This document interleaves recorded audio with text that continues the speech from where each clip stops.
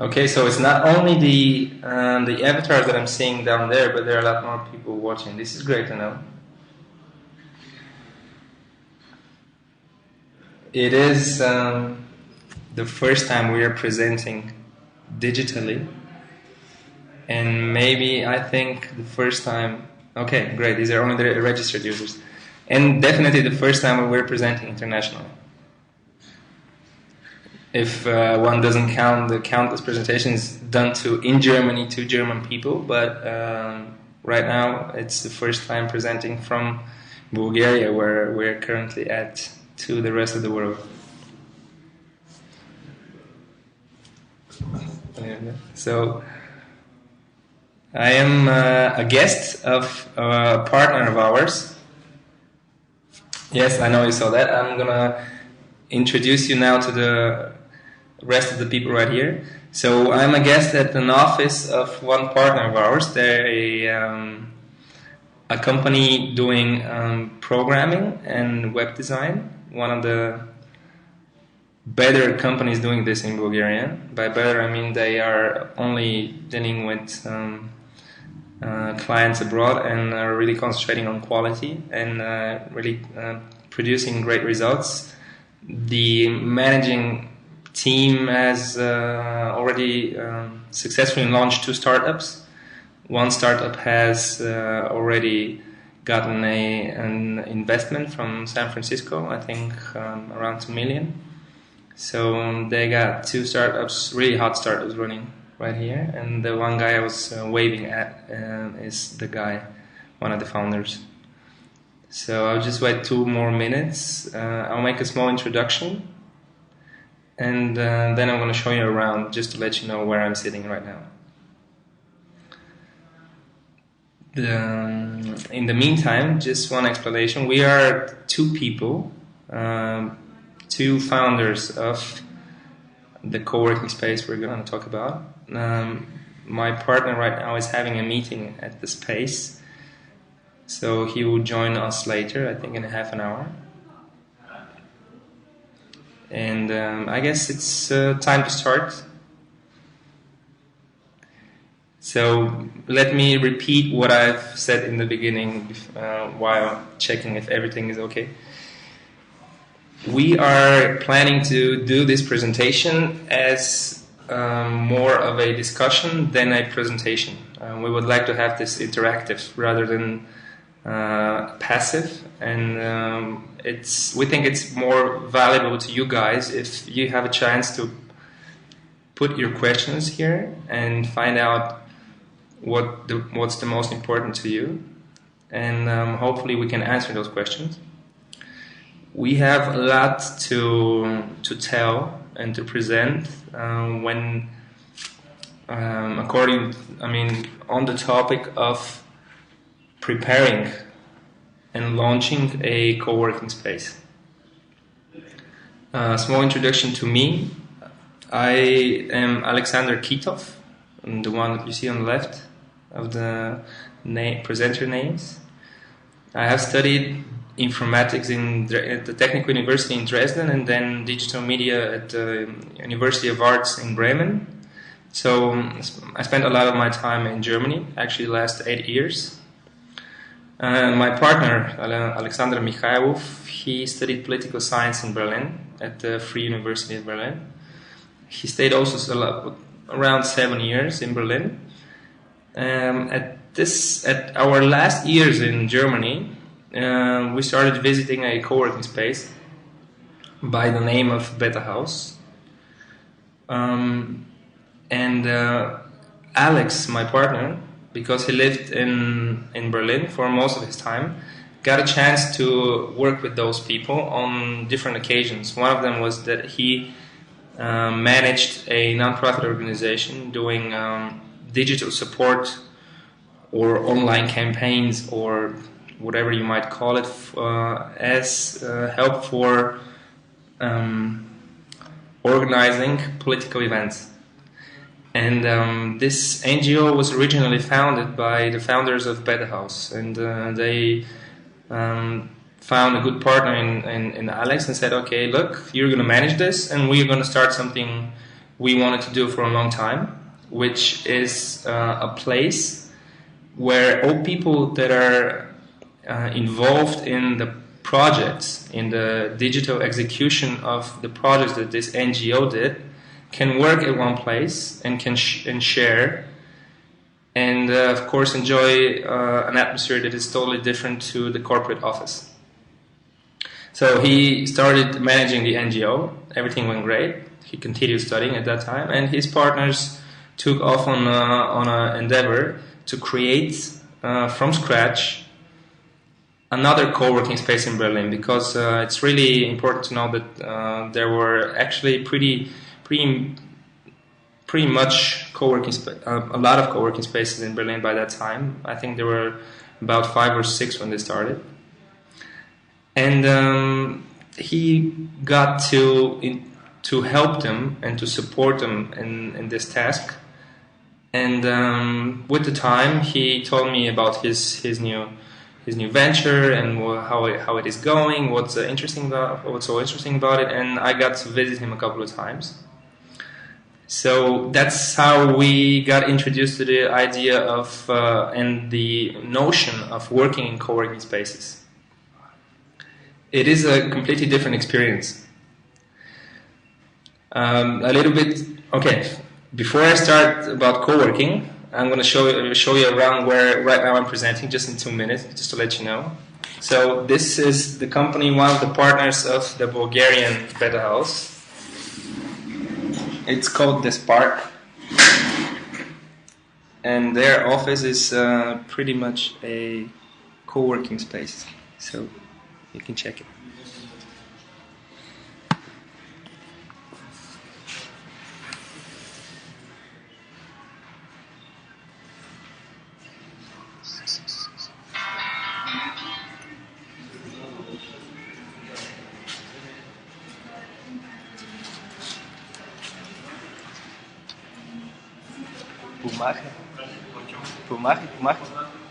Помахай.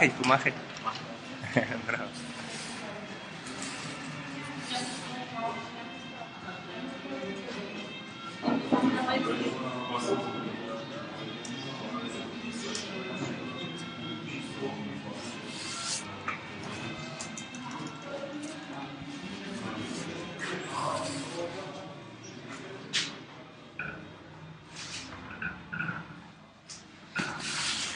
So they got a really big space, no walls, just 2 conference rooms, and this one room I'm in right now. So a bit more for, a lot of working going on, definitely, co-working. So a little background on co-working. You can start asking right away. I mean, Rob is already noticing some activities going on around here, but you can shoot with the questions at the very second you have them, and it's independent of the nature of the questions. Whatever comes to your mind, just ask. What are the pros and cons of co-working? Why did you guys do that? Why did you come back to Bulgaria? And whatever you think it's an appropriate question, whatever you're interested in. I'm going to tell you a bit background on co-working. I mean, most of you are from different parts of the world, and you have, I imagine, a lot of experience when it comes to digital media. You guys are maybe working in advertisement, social media. Okay, first question. Is it mostly freelancers who co-work? Our experience is telling us that in big metropole cities like New York, Berlin, which Berlin we're talking from first-hand experience, but I guess it's in other big cities the same situation. There are a lot of co-workers which are freelancers, but as much as freelancers are working inside co-working spaces, are also startups and small teams. Co-working spaces are are not genuinely made for people that are individuals, freelancers. Co-working spaces are made for individuals and teams to share one infrastructure and to have one space where they can meet and where they can exchange ideas, and most importantly, where they can exchange knowledge. One of the most important values of co-working spaces is this common pool of knowledge. So to this question, there are a lot of freelancers who co-work, but there are exactly as much teams that co-work too. We have witnessed some cooperations in Berlin between startups and freelancers, and so there is no right answer to that, but I think the best answer is that co-working spaces offer a great atmosphere, a great place to work to everybody who wants to break loose from his home office, everybody who wants to exchange some ideas, who wants to test their ideas, who wants to meet some great people, and who thinks that he needs an environment which is more inspirational than a normal office for him to work and be good at what he's doing. So good to know is there's always a healthy mix of people, of freelancers and of teams. Co-working spaces are not only for freelancers. Great question. How do you nurture this sharing of knowledge? Every co-working space has different techniques when it comes to that. What Betahaus is really good at is the planning of events, and events are public and private in Betahaus. Public events are presentations, workshops, seminars where we would like to share some important information with our public. And our public is much bigger than the people that are actually working inside our office. Private events are those events that are only aimed at the people working inside the office. So we always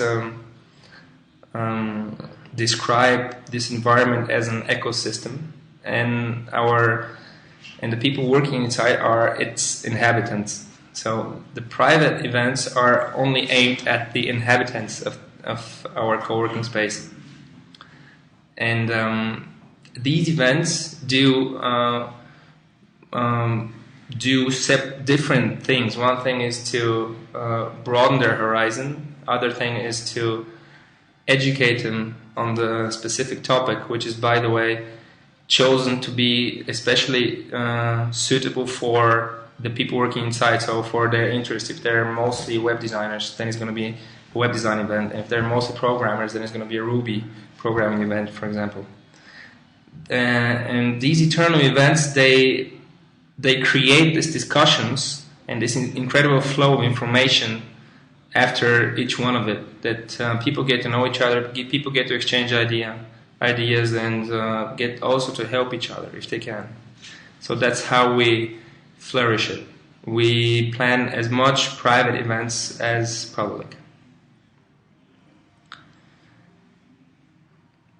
So the next question is from Rob. Do companies commonly mingle and form long-term partnerships?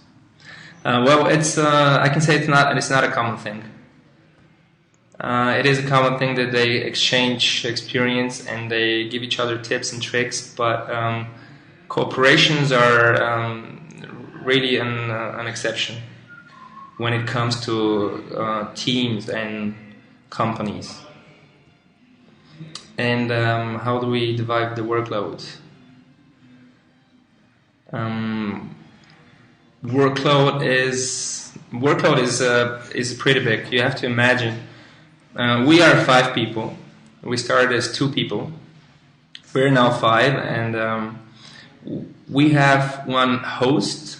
So there are different roles inside a co-working space that have to be filled in order to be successful, and in order for you to be sure that there will be no questions unanswered, and the co-working space will really flourish into all its verticals. One vertical is event, another vertical is co-working, and we at Betahaus have a third vertical, which is gastronomy. We offer also our guests a place where they can eat something or drink something or have a break or have a discussion with their friends. So we really have to find a team that's capable of managing these different verticals, and have people that overlook it from a bit more from the distance, and just steer where their workload goes to. It is generally much more workload than it is doable for 5 people, so we always get to prioritize and make a selection of what's most important, what are the next steps. So managing workload is really one of the key questions here. I can tell you the main roles inside one co-working space that you need to find in order to manage your workload is, one is PR. You need a lot of PR when you're doing a co-working space. The second is you need to find a host, a good host. A host is the guy who is the face of the co-working space. This is the guy everybody knows. This is the guy who everybody speaks to. And he has to be an incredibly communicative person. He has to know all people and know the problems of all people, and then try on a day-to-day basis to solve their problems. And if they're a bit bigger, a bit broader, a bit more complex problems, then address it to the whole team and try to find a solution altogether for these purposes. An example is we got questions from people that need bigger monitors on a day-to-day basis but don't want to necessarily buy one. So we tend to lose that to solve that problem on the current day, but when this question arises more and more, then we just buy a couple of monitors, put them in a co-working space, and let people use them, because we know this will help their work and they will feel better inside, which is the overall goal. And an ecosystem. An ecosystem normally in the world outside means the survival of the fittest.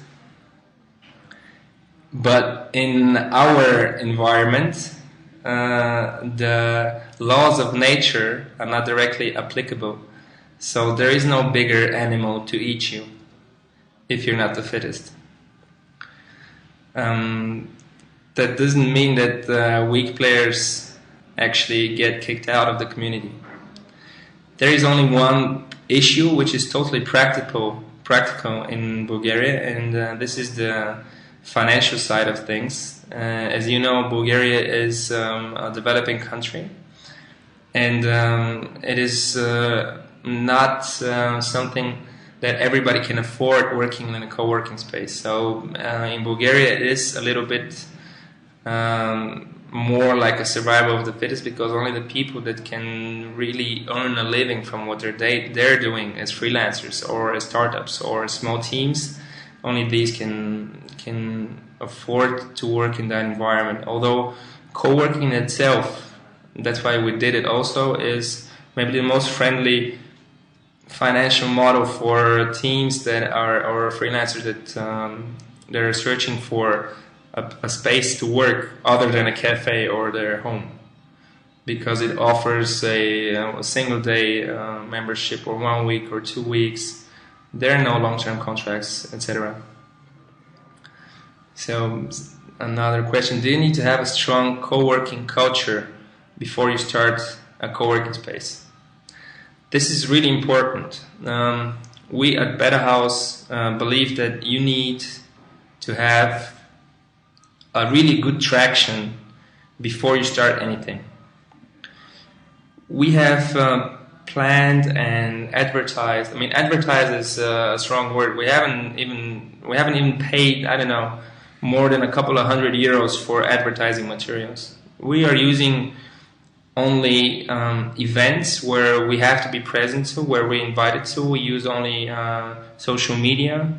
We use only our website, and basically we try to create as big of a buzz as possible before opening.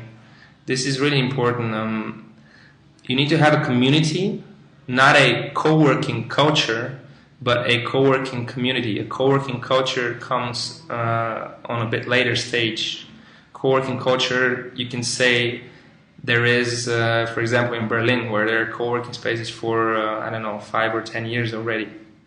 These people know how it is that co-workers spend their time and what it is different there, and what are the values and what is important to that specific community. So it basically forms a culture, but this takes time. We're a couple of years before that in Sofia.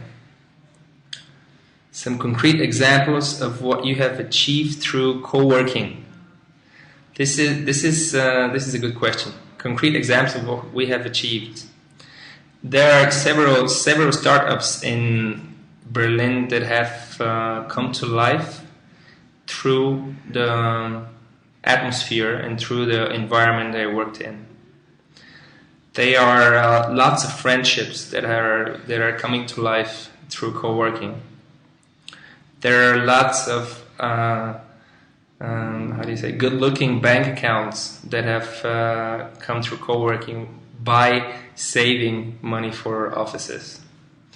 I personally, what I have achieved through co-working is mostly the contact to people that I've basically never had a chance to meet, and the opportunities that I have gotten through co-working. This is what I have achieved personally. By opportunities, I mean projects, I mean other corporations. I also can think right now of some plans we have to expand our idea here and to form an accelerator space for startups, because of the fact that people know we are good in co-working, and they want to work with us. And there are some opportunities right now for startups in Bulgaria to get funded, and one of the team who manages this fund is keen on creating a space especially designed for the startups, and not just be involved in merely the handing over of money, but be more actively involved in their way of working and their day-to-day culture. So they contacted us, and they suggested that we do this accelerator space, and what we're working on right now, actually. So this is something specifically what we have achieved through that space and through co-working. What are you working on right now? Right now, we are working on our online reservation tool, which we're doing in partnership with the company I just showed you. And the funniest thing is that Betahaus has already 5 or 6 offices in Europe, and none of them has an online reservation tool. And we have decided to start building one all at the same time. So there are 6 Betahouses right now building the same tool, and we haven't been smart enough to say, okay, listen guys, let's put in our efforts into one place and we create one tool for all of us. But everybody's going to create their own different one, and then we're going to meet in end of March. So every Betahaus co-founder comes to Sofia end of March. So this will be a topic we'll discuss, and I believe the best one produced by then will be then applied throughout the network. This is just one digital project we're having right now. Apart from that, there is day-to-day work inside the co-working space, and we believed in the beginning that co-working is a co-working space is something you start and then you can leave so that it basically functions and exists by itself. This is a huge lie and a misconception. You need to be there and involved every day. So what we are also working on right now is our booking tool for the cafes, where we put our sold items. So we have something that is open source right now, and are hoping to integrate the solution of one startup from Berlin, from Betahaus Berlin.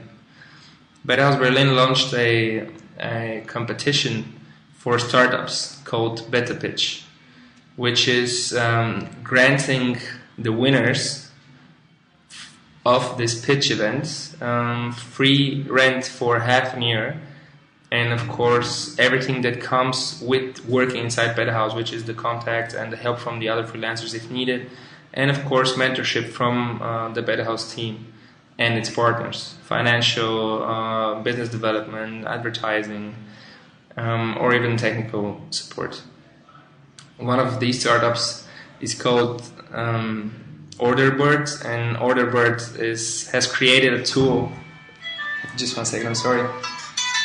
Has created a tool to manage online, to manage through an Apple, so to speak, system, iPad and iPod, to manage all sales inside a cafe and do an automatic billing afterwards, which we're trying to incorporate right now.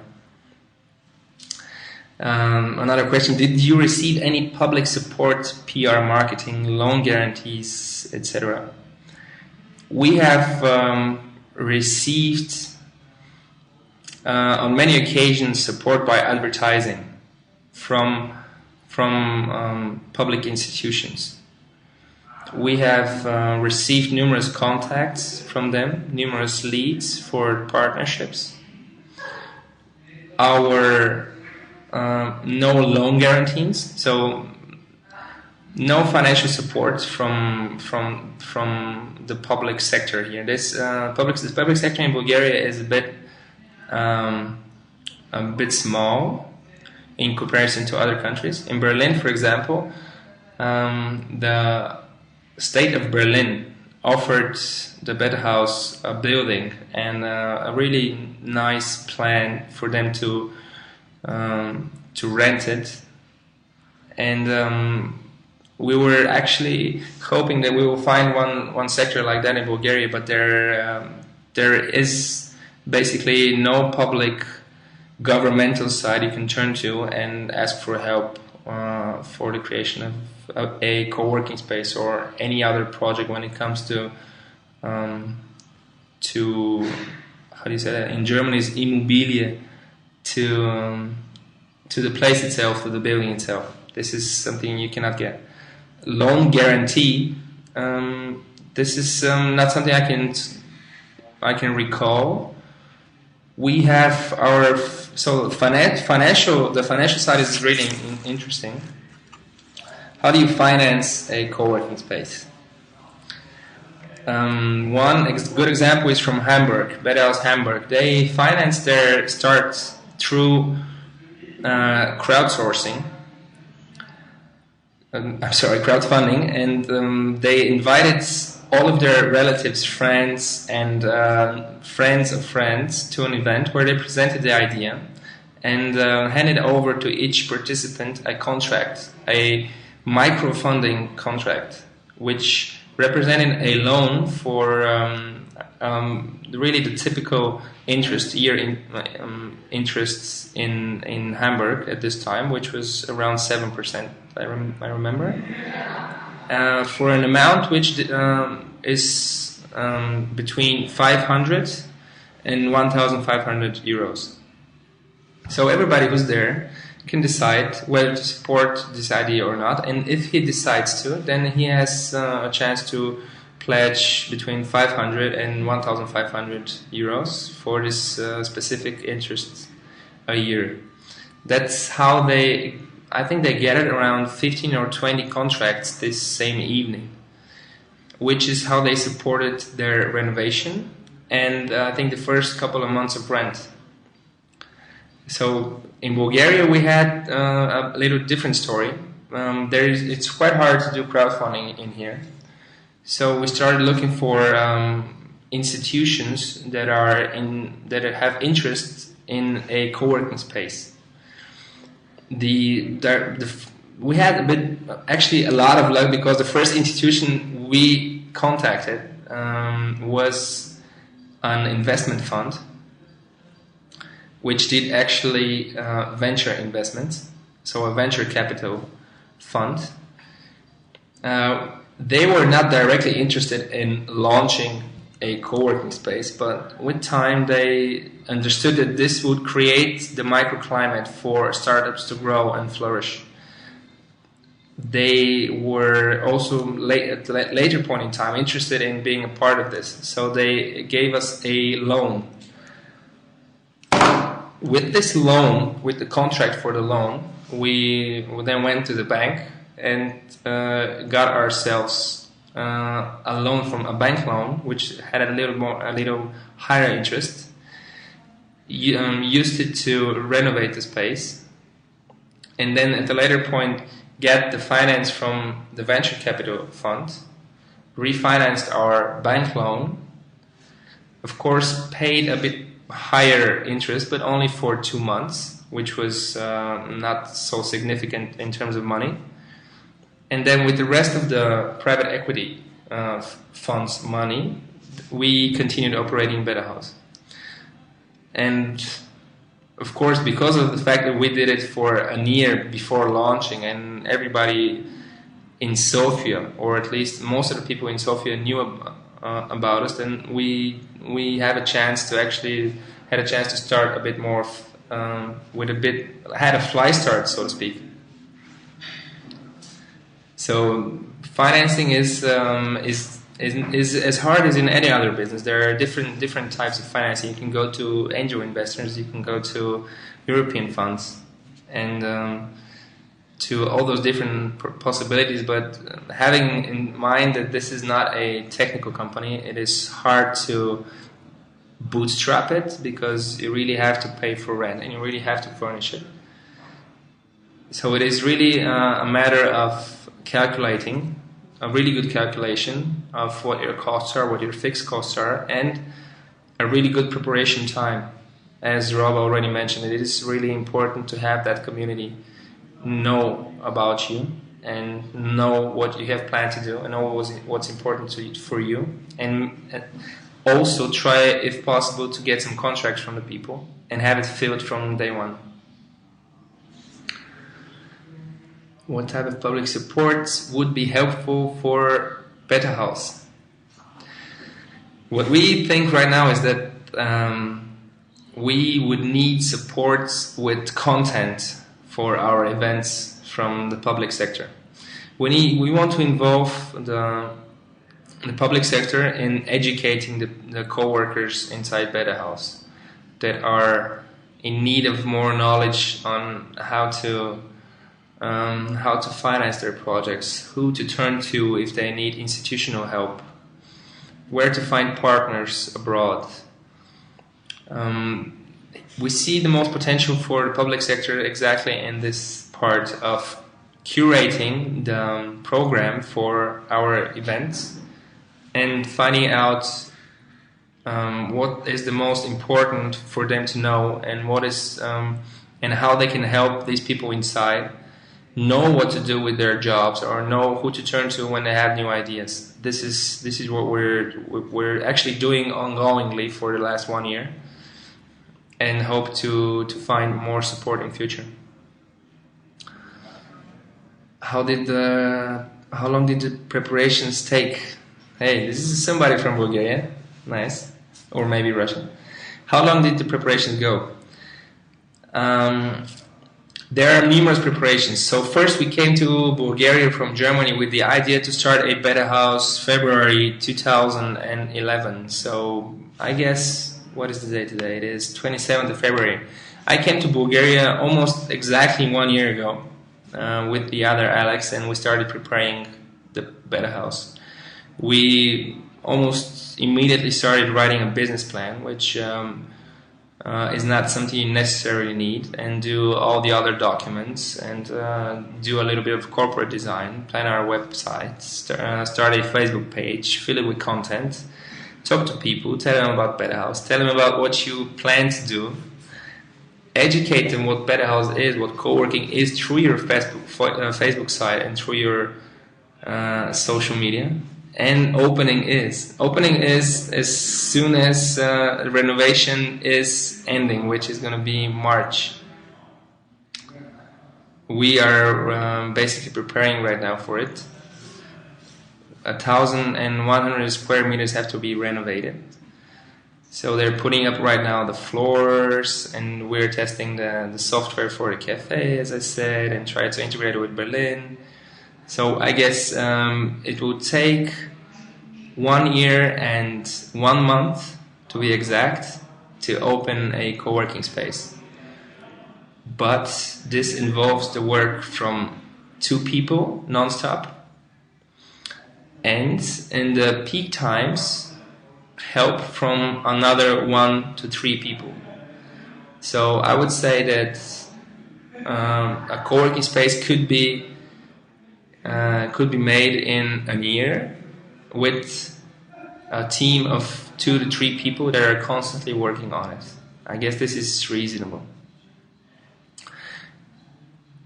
When would all people be ready for co-working? In Bulgaria, it will take some more time. This is a totally new phenomenon here. I guess it's a question of time. Mobility is a really important factor in the work nowadays. This cubicle culture of everybody being at the office at 9 o'clock in the morning, this is slowly over. We have technology that enables us to work from each corner, to work with people that are throughout the world. That we can work with people in Japan, and we can work with people in the US, and basically I can work at night, not work with Bulgarian people at all. So this flexibility and this mobility of the working force, it just brings the need for a new working model. And our belief, our philosophy is that this working model has to evolve and has to start today, because there are already signs of that mobile culture, or this new breed of people we call digital nomads, that they're actually quite numerous, and that they need a different environment for working. I guess there will be no moment in time where all people are going to be ready for co-working, but this is even in countries like Bulgaria, this is definitely a good time to start. In the US, there have been co-working spaces already in the 90s. Then they flourished in the beginning of this century, so the last decade, and right now they're actually booming. I saw a statistic from a nice online magazine you should read if you're into co-working. I'm going to type it really fast. That they have really good statistics there, and they are making co-working surveys non-stop. That there's an 88% increase in the number of co-working spaces. And right now, there's my partner, the other Alex, is going to come inside. So we are right now in the second half an hour, and you can say hi. Hi. This is the Hi, Alex. this is the other part of Betahaus. So there is one question. Right now we're actually answering questions. So okay, cool. Rob and Anouk and everybody else were actually really good at asking questions. So I'm answering for last half an hour questions, and we're continuing right now. And the last one. Yeah. Hi, double A. Hi, double A.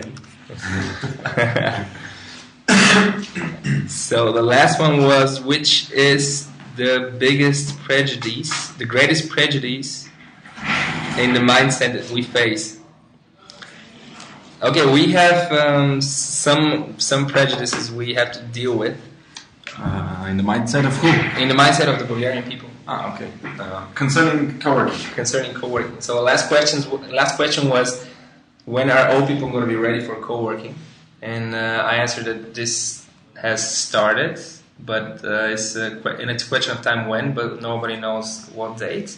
Next question was, what is the biggest prejudice? Maybe you can think of something. I have in mind that people in Bulgaria are really afraid of somebody stealing their ideas. So privacy is something we have as a problem in Sofia. Stealing intellectual property rights, that's one thing.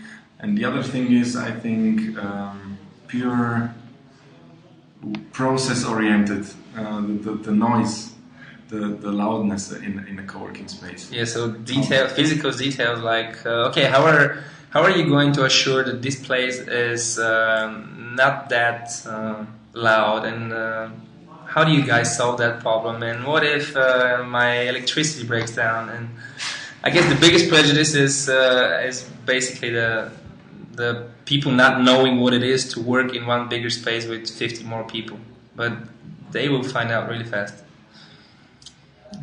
Non-disclosure issues, NDAs. What will a simple legal agreement be enough? Nice, good question, great question. We came to Bulgaria last year in February. We had an immediate need of another team member, and we found somebody.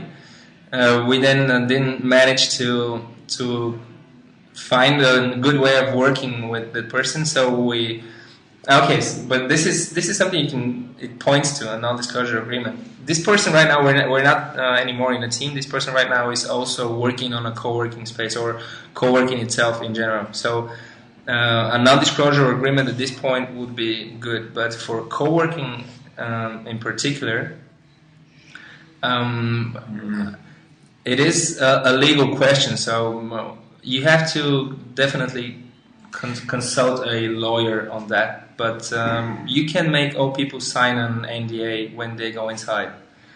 It is also when you sign a contract as a user in a co-working space, you have to agree with our terms and conditions. And in these terms and conditions, it is explicitly written that you have to, that you have to. In the contract that you sign for entering Betahaus, you're agreeing to the fact that you have to remain private. So you have to keep privacy on all the on all ideas and projects of other people. And basically, the concept of co-working is not that you turn the things around. You don't have to hide your ideas. You have to show them in order to prosper and to take these ideas further. That's the idea of the collaborative, of course. So one more question. Privacy is a major problem worldwide, but the biggest problem is to hide their ideas. And here we have a bullseye hit. This is totally the problem we're seeing here. People are holding their ideas for themselves, and we're trying to explain that this is the worst they can do and not show their ideas. I think this is a bit cultural here. People in other countries are as well too. In Germany, I had same or similar experiences with people not talking about what they do, or talking only with their relatives and friends because they're afraid somebody might steal their idea. But what we're trying to preach is that only through cooperation, through discussion on these ideas, you can basically really find out what the potential is of that idea. Of course, you get great hints and great ideas, but really to find out the potential and the problems before starting an idea, you have to discuss it and you have to share it with people. This is a nice question about. So this one? Yeah. Can you tell us some projects you have seen have gone successful thanks to co-working? All right. So yeah, we can speak. We can tell examples from the Betahaus in Berlin, maybe. You know I don't know this Otherbird thing. I already mentioned, by the way, Otherbird. Yeah. This is one really successful project which grew out of a co-working space, and the thing that you have like 50, 100 or 150 people around you to share your idea with and to get feedback from different perspectives, which is very important. Not only from the perspective you deal with within your project, but for example from journalists, from bloggers, from marketing specialists. You get a lot of know-how which you usually do not have, and that's the good thing about co-working. For example, this Otherbird, you can check it out in the internet, I'm sure. This one was successful exactly by testing the product in a real time in a co-working space. Another one was Coffee Circle again in Berlin, a concept of a coffee distributing firma, who made its entire advertisement through the Betahaus platform, and this made it huge. This made it wide and successful for now. So you had the idea of Facebook in mind when it was a startup. That is great. You should have done something about it. So even if you keep it for yourself, somebody else is going to do it. How did co-working make it success? Can you tell us some projects? Okay, exactly. So Alex already answered to that. Co-working gives you feedback, and it can also give you other things like publicity and reputation. Yeah, guys. So it was the same. Well, reputation, it's publicity, I mean advertising, and reputation, I mean customer relationships, and partners relationship. You have a place where you can move, you can do your business, and it's a place with a certain reputation, not your home or locally. Local reputation, physical, exactly. That's why we try to invite people working inside, because they have this reputation of not working inside cafes and being a real startup and having a real team, and this is my office and whatnot. So it's so weird. It's weird. I want to hear those. Yeah, me too. I said it in the beginning. It's really weird talking to yourself. Are people from certain fields? Another question from Adriana. Are people from certain fields more willing to co-work than people in other fields? There are some, from my experience, there are some people that are that collaboration and cooperation and co-working as a natural result from the previous two is really not the first thing they think about when it comes to work. And these are people that are basically self-sustainable, but they're actually no other people they need to realize their projects. These people tend to not be that co-working friendly, and I have seen this with IT people that they can start programming, and they will program 2 years and not 2 months, but then will be the only person that has done this. Whereas people from more creative sectors, like advertising, like journalism, people where communication, interpersonal communication, and teamwork is something they already experienced a lot. They are a lot more open for co-working, from my perspective. No. Maybe this is a software error. Okay. Somebody. Well, I don't know. Basically, all the people that go to work in a co-working space, they go on purpose to interact with other people. So, from our experience working in a co-working space in Berlin, for example, I cannot say that some people do not tend to co-work or tend to co-work less than others. Probably that's a question of, I don't know, to do research about, but not in co-working spaces. So another question: what activities do you see to take the most out of co-work? Special meetings, sessions, or tools? I already told about the private meetings that people have inside Betahaus. Well, that's the main thing. You have to keep a community alive by organizing some internal events for them, like networking events. That's the most powerful tool we have, of course. Other tools are, for example, blackboards in the space with big bubbles entitled to a sector, for example, where people can just leave their business cards or thoughts and or a whiteboard or a black wall where you can share thoughts and want to meet somebody or just express your needs or your wishes, and somebody can follow and continue this conversation like an online conversation but offline. There is one tool, so these were meetings and also objects. There is one tool, digital tool that people in Hamburg, in Betahaus Hamburg, are producing. This is a chat system for only internal to Betahaus, and we're quite interested in testing this out. So I guess this will be also something that can profit from the fact that it's inside a co-working space. So, how easy or quick is to find a proper soulmate in co-working?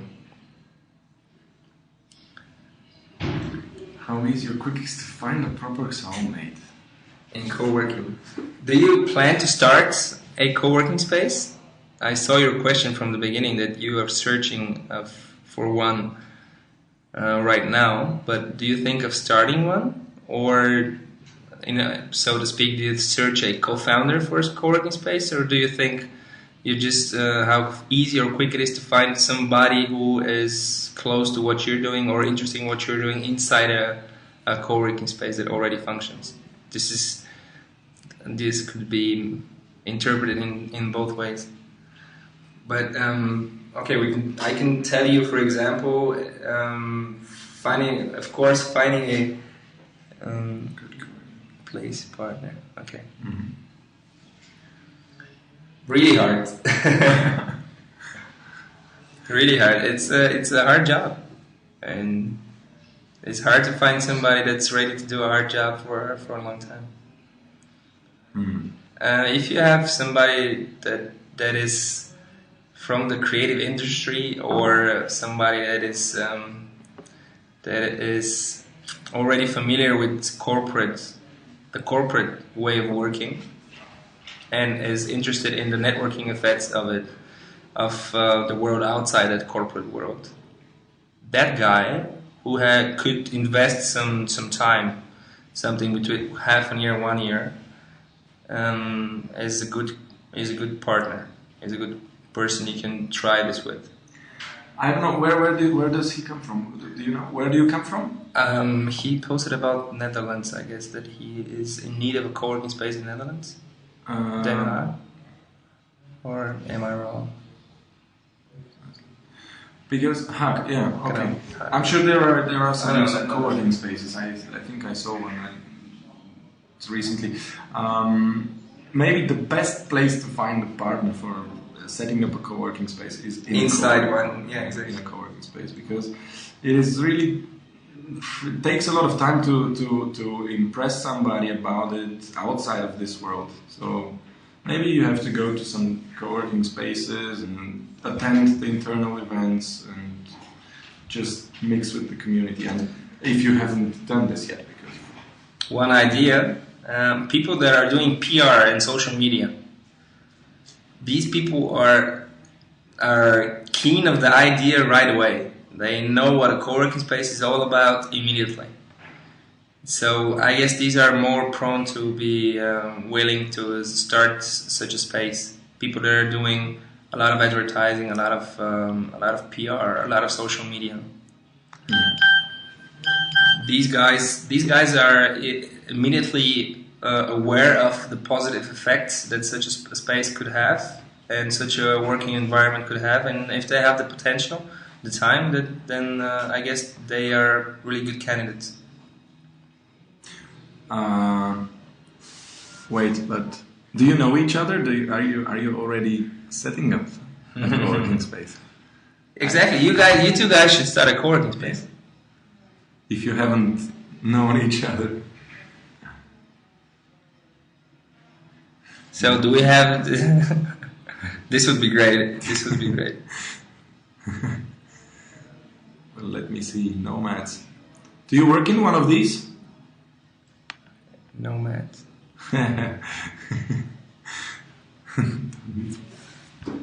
Well, doesn't hurt asking. Yeah. But this would be great. This is an interesting event. Somebody can start globally. Co-working founders. Co-working dating, of course. Yeah, co-working dating, exactly. Maybe we try it. Maybe we'll try it in a different, like a startup weekend. Exactly. Co-working startup weekend. Great. Yeah. How do you define ownership of an idea in a co-working space? Ownership of an idea. It's really hard to define ownership of an idea outside of a co-working space. Not different, yeah, no. It's difficult. It's difficult in the outside world to define it. And I believe it's as difficult inside a co-working space to define an idea. What do you mean by defining the ownership? I mean, everybody's idea has some owners. Everybody has, every idea has some owners. If an idea develops in a co-working space, then usually the people decide who's going to be the leader of this idea. We do not define anything. Is there a lead for an idea usually? Well, we can maybe a lead.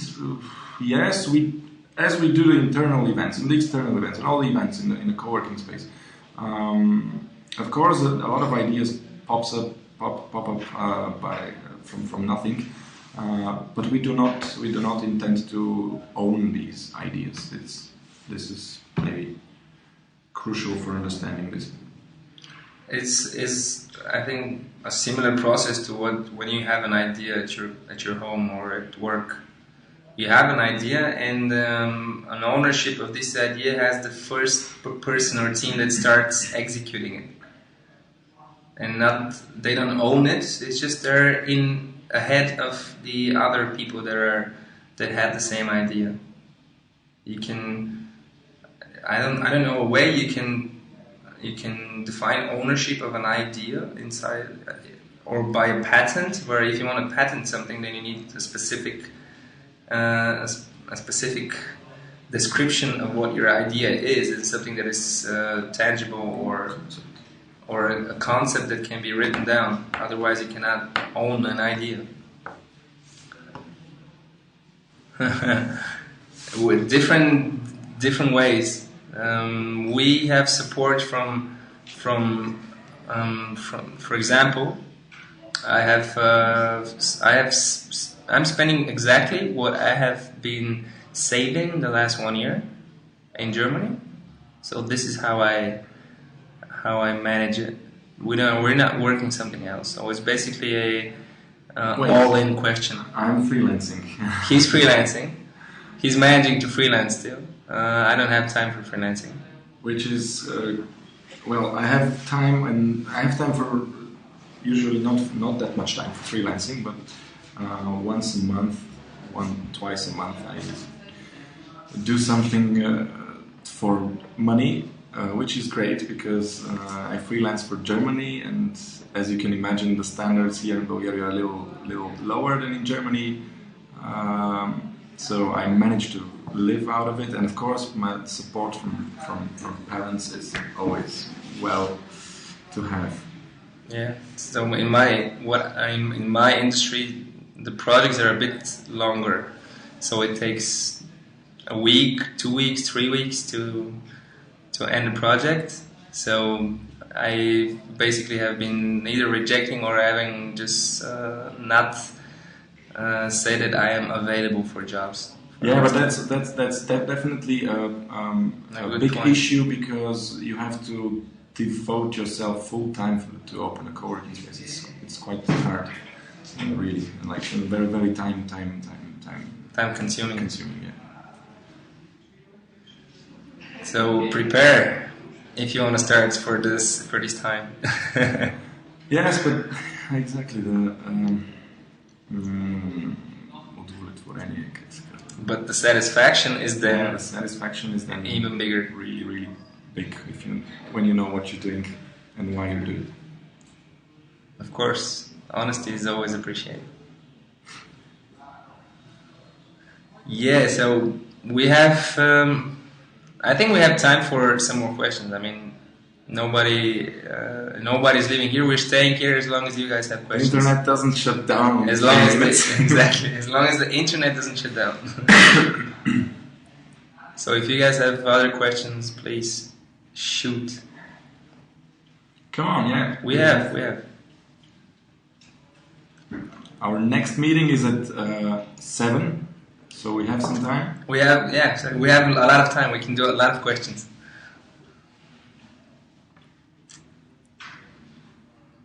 So these people are just the avatars that I'm watching right now. Yeah.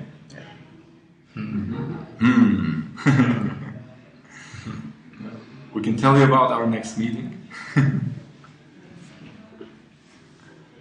What is an important question? I mean, we might ask ourselves the questions. Can you share your freelance profile portfolio? Well, sure.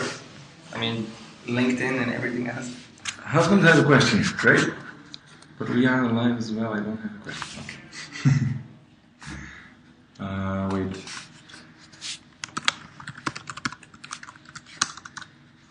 LinkedIn is a good idea. Yeah. We can stay in touch.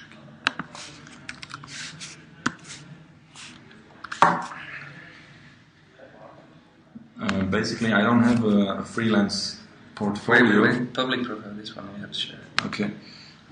Because I have a couple of companies I freelance for, and that's enough for now. So that's mine. And that's yours.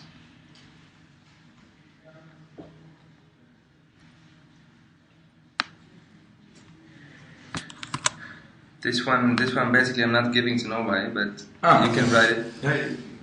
So it's these two.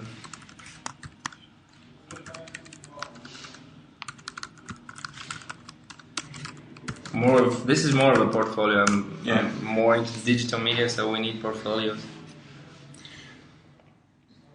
Okay. So did we miss a question? Yes.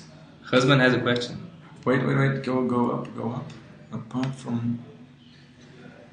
Wait, go up. Can you... Okay, that's it. Can you share your profiles? You got Twitter? We have... this is our co-working space. I don't use Twitter. And this is my personal. And we have a couple of more, but this should be enough now. Did we miss a question? Is it for him? Apart from rental income. Yes. He's free. I'm old school. I just use Facebook for now. Apart from rent income, how else do you generate income to keep the space? He's an economist. Okay. Well, I told a bit earlier about the verticals we have inside of Betahaus. These are rents, events, and cafe. So these are the two income streams. The three income streams we have. Yeah. Most of it. So it's around like it's like the 60 to 70% is rent. 10 to 15 is events, and 10 to 15 is cafe. But it's different, of course, here in Bulgaria and in Germany. It depends on the market, on the situation. Of Of course, this depends totally. I mean, right now in Berlin they're crazy about events, so it's gotten up to, I don't know, 20-30%. But the most important is that you have to generate around half or a bit more than half from the rent.